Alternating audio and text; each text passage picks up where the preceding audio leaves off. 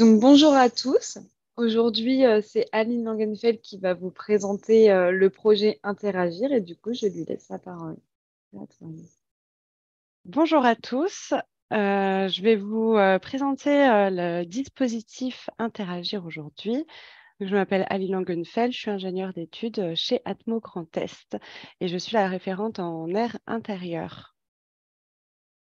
Alors, c'est quoi le dispositif Interagir?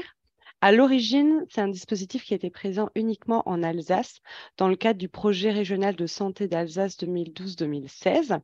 Il avait pour but d'accompagner les autorités publiques locales, sanitaires, environnementales et sociales dans la gestion des plaintes et autres situations imprévues de pollution à l'intérieur des locaux.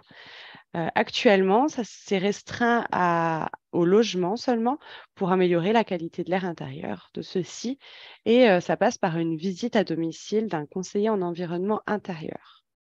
Ce dispositif est en partenariat avec l'Agence régionale de santé, l'association AP3A, qui est l'association pour l'amélioration des asthmatiques et des allergiques, et les hôpitaux universitaires de Strasbourg. En cas de suspicion de situation de qualité de l'air dégradée, Atmo Grand Est peut mettre à disposition ses moyens et son expertise pour réaliser un suivi de pollution, de polluants de l'air intérieur. Le but, c'est de proposer un service à destination des médecins et des patients pour identifier des sources de pollution possibles de leur intérieur pour pouvoir impacter leur santé et aussi donner tout un tas de conseils pour limiter leur exposition aux polluants ou aux allergènes. C'est un dispositif qui est gratuit pour les patients et qui est présent dans tout le Grand Est. La première étape, c'est une prescription médicale. Donc, il y a la prescription doit être faite par un médecin, que ce soit votre médecin généraliste ou un médecin pneumologue, allergologue, peu importe. Il y a des documents qui sont présents sur le site qu'il faut faire remplir par le médecin et après transmettre à la P3A pour s'inscrire au dispositif. Une fois que la P3A reçoit cette feuille remplie par le médecin, elle mandate un conseiller en environnement intérieur ou CEI qui se déplace au domicile du patient. Il réalise un premier diagnostic du logement.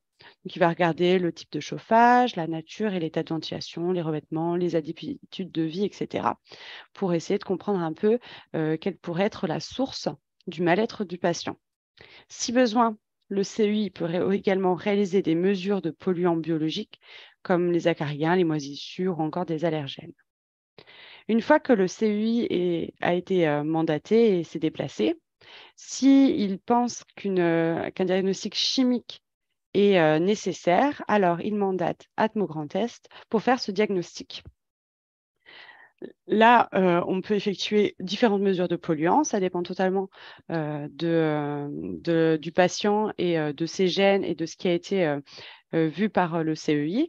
Donc, ça peut être des mesures d'aldéhyde, dont le formaldéhyde, qui est un composé cancérigène qui est présent dans les environnements intérieurs. Ça peut être des composés organiques volatiles, dont le benzène, qui est également un composé cancérigène qui est présent dans les airs intérieurs, notamment dans les logements ou les bâtiments qui sont proches d'axes routiers. Ça peut être des particules fines, du radon, du monoxyde de carbone et encore d'autres polluants, vraiment en fonction de la problématique du patient.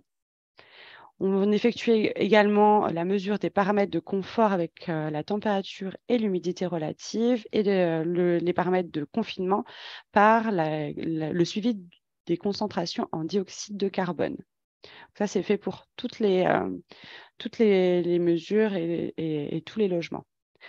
En cas de détection de niveau de pollution important, on peut faire une expertise complémentaire qu'on appelle caractérisation de source. C'est-à-dire que si on voit qu'il y a un dépassement d'un polluant en particulier, on peut venir pour essayer de rechercher la surface ou le meuble qui serait émissif de ce polluant en particulier. On revient une deuxième fois et pour essayer de vraiment comprendre d'où vient la source. Une fois que le diagnostic est fait, on effectue un rapport final qui présente donc les résultats détaillés, la comparaison des données avec les niveaux moyens mesurés et également la situation par rapport aux valeurs guides en vigueur en air intérieur. Le rapport, il est transmis par nos soins et il peut être complété ou non par des mesures de polluants biologiques et des recommandations sanitaires faites par le conseiller en environnement intérieur. Il existe également un suivi qui est fait par l'association AP3A dans l'année qui suit les interventions au domicile. Donc, elle prendra contact pour prendre connaissance des améliorations observées, s'il y en a, de l'application des conseils prodigués et également du degré de satisfaction globale des interventions. Donc, voilà pour le dispositif Interagir. Quelques chiffres maintenant, il y a 12 conseillers en environnement intérieur dans le Grand Est, 6 en Alsace, 3 en Lorraine et 3 en Champagne-Ardenne. Depuis 2018, il y a eu 2002 visites à domicile par des CEI et il y a eu 76 diagnostics par Atmo Grand Est. Quelques contacts, donc il y a tout d'abord Madame Claudia Ferry qui chapeaute le dispositif Interagir via l'association AP3A. Donc là, vous avez son mail et son numéro de téléphone. Et chez Atmo Grand Est, donc c'est moi avec également mon mail et mon téléphone. Merci pour votre attention. Je ne sais pas si certains ont des questions. Vous pouvez les poser, j'y répondrai.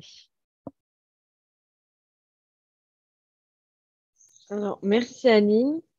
Merci à tous d'avoir écouté la présentation. J'ai ouvert la discussion dans le webinaire, là où vous pouvez poser vos questions. Ou sinon, il y a les questions-réponses. Donc, pour l'instant, Aline, on n'a pas de questions. On va attendre un petit peu.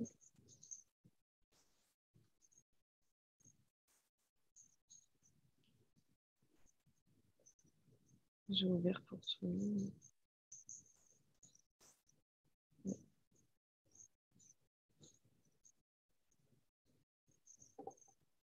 Alors.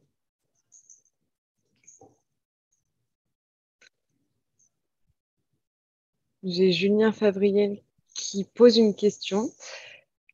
Donc, y a-t-il des CEI dans les Ardennes? Alors oui, en Champagne-Ardenne, il y en a 2.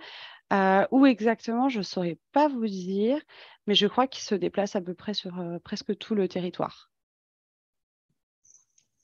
Okay. Donc ça, Madame Ferry, du coup, peut plus en...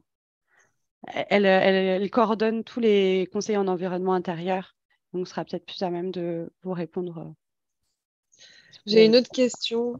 Alors, bonjour en général, quel est le souci dans la maison des patients et qui est à l'origine du problème de santé?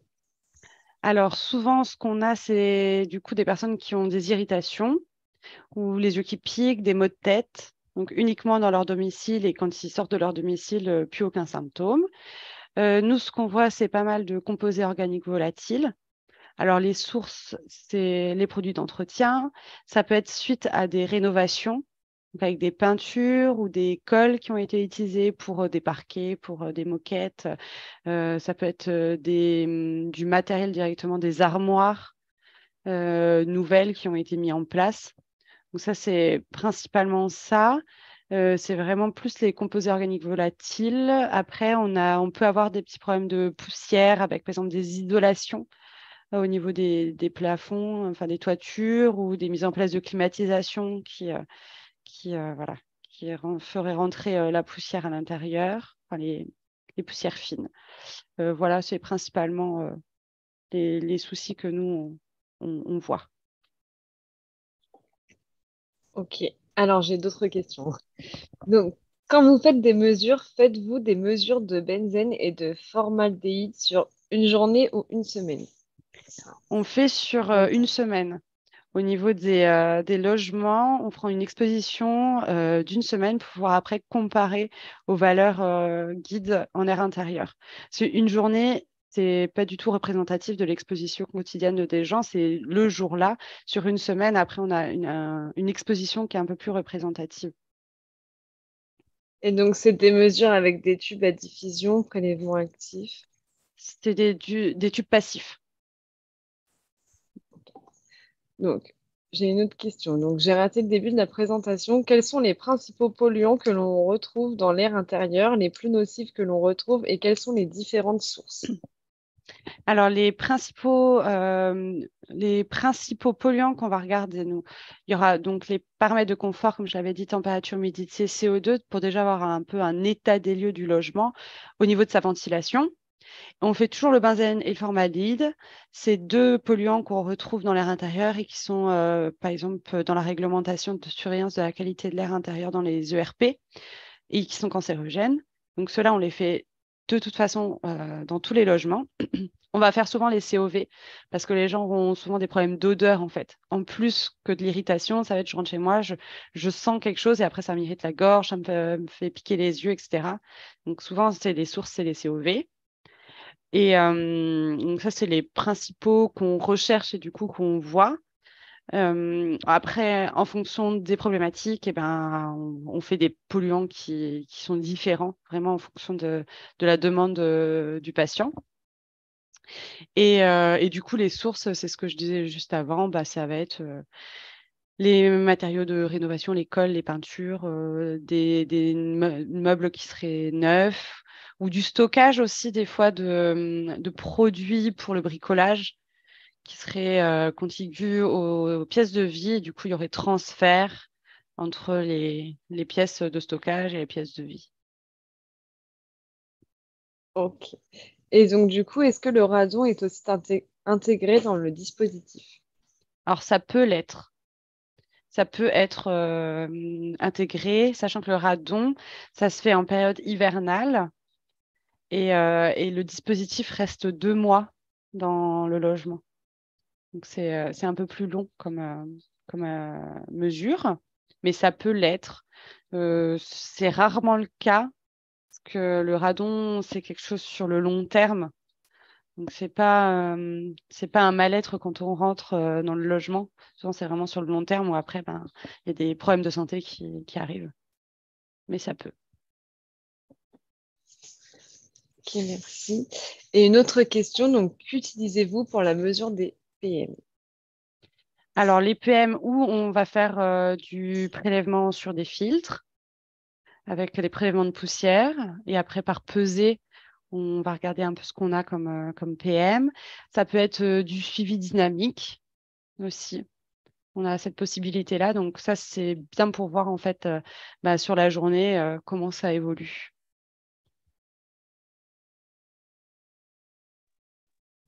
Ok, bah merci beaucoup, Aline. Je pense qu'on a répondu à toutes les questions. Il y en a quand même pas mal. Ah non, encore une autre. Donc, en cas de concentration en polluants supérieurs aux valeurs guides en air intérieur, y a-t-il des actions mises en place pour supprimer les sources? Alors si du début, enfin du premier diagnostic, on arrive à savoir quelle est la source. Alors nous, nos recommandations, bah, ce sera ou bah, d'enlever la source si c'est un meuble, ou de faire autrement si c'est à cause de produits, etc. Donc ça, c'est les recommandations. Et si après notre premier diagnostic, on n'identifie pas la source, alors on revient faire la recherche de source pour mieux comprendre et pour pouvoir donner des recommandations qui soient adaptées aux personnes. Ok, merci. J'ai une autre question. Mesurez-vous aussi les oxydes d'azote, les PM10 et PM2,5, ce qui peut être issu du trafic routier notamment? Oui, on peut faire aussi. Effectivement, on peut faire le NO2, on peut faire les PM10, PM2,5. On peut tout faire en fonction toujours pareil du patient, de ce que les personnes ont comme symptômes et où est situé leur logement. Si le logement est situé en plein centre-ville ou juste à côté d'un grand axe routier, effectivement, on peut intégrer NO2 et les PM 10 ou 2,5.